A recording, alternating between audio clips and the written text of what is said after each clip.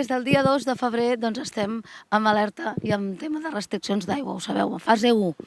Nosaltres volem saber una mica què és el que hem de fer, què és el que ens correspon des del nostre Ajuntament, per exemple, quines són les mesures, què és el que a nivell públic, tant públic com privat, hem de fer en aquest sentit.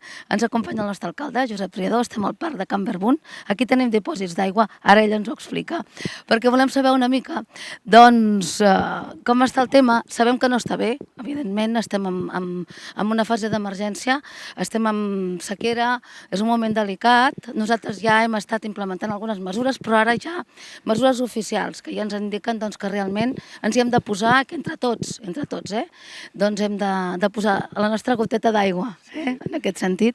Doncs sí, com dèiem, estem en una fase, des de divendres estem en una fase, com bé has dit, estem a Parc de Can Verbun, aquí hi ha els dos grans dipòsits que fan l'abastament d'aigua que hi ha gran part de Premià de Dalt i Premià de Mar. Dir que sí, que des de divendres hem entrat en fase sequera, amb la fase 1, és una fase, encara que no hi ha restriccions a nivell privat d'ús de boca, però ja portem unes setmanes ja prenent mesures a nivell públic. Dir-te que Premià de Dalt, fins al mes de desembre, fins al 31 de desembre, estàvem amb un consum de 205 litres per dia per habitant. Fins al divendres el límit eren 210, o sigui, estàvem 5 litres dia per habitant per sota, però a partir de divendres s'ha passat a 200. Tot i així, aquestes mesures que ja portem unes setmanes portant a terme, fa que el darrer mes de gener estiguem en 189. Per tant, estem per sota d'aquests 200 que ara estem... que si passem de 200, a l'Ajuntament ens sancionen. Per tant, la Generalitat el que està fent és que si els municipis es passen d'aquests límits, hi ha unes sancions. Els ajuntaments, per altra banda, el que estan fent és també aprovar unes ordenances que vam aprovar al darrer ple perquè sancionar els habitants que sobrepassin aquests consums, uns consums mínims que hi ha establerts.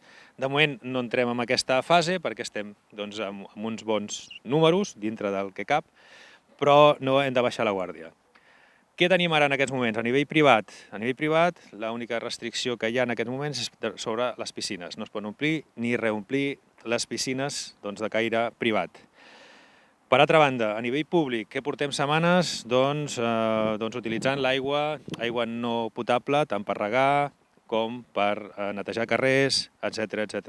Aquest també és un estalvi que estem generant. Què farem des d'avui? Des de dia avui, que som dilluns, dia 4, tancarem les dutxes tant de pavelló com de camp de futbol per estalviar de dilluns a divendres per també generar un estalvi d'aigua i també col·locarem elements perquè facin que baixin el consum d'aigua d'aquestes dutxes quan es facin servir el cap de setmana pels partits federats. Què podem fer a nivell particular, cadascú de nosaltres, dintre de les nostres cases? Doncs el que dèiem sempre, intentar minimitzar el consum d'aigua, tant al lavabo, com al rentar-se les dents, com a la dutxa, fer dutxes en lloc de banyeres, com a l'hora de cuinar, també rentadores o el rentavaixelles. Intentar que estiguin al màxim de càrrega i que hi hagi el mínim de consum d'aigua.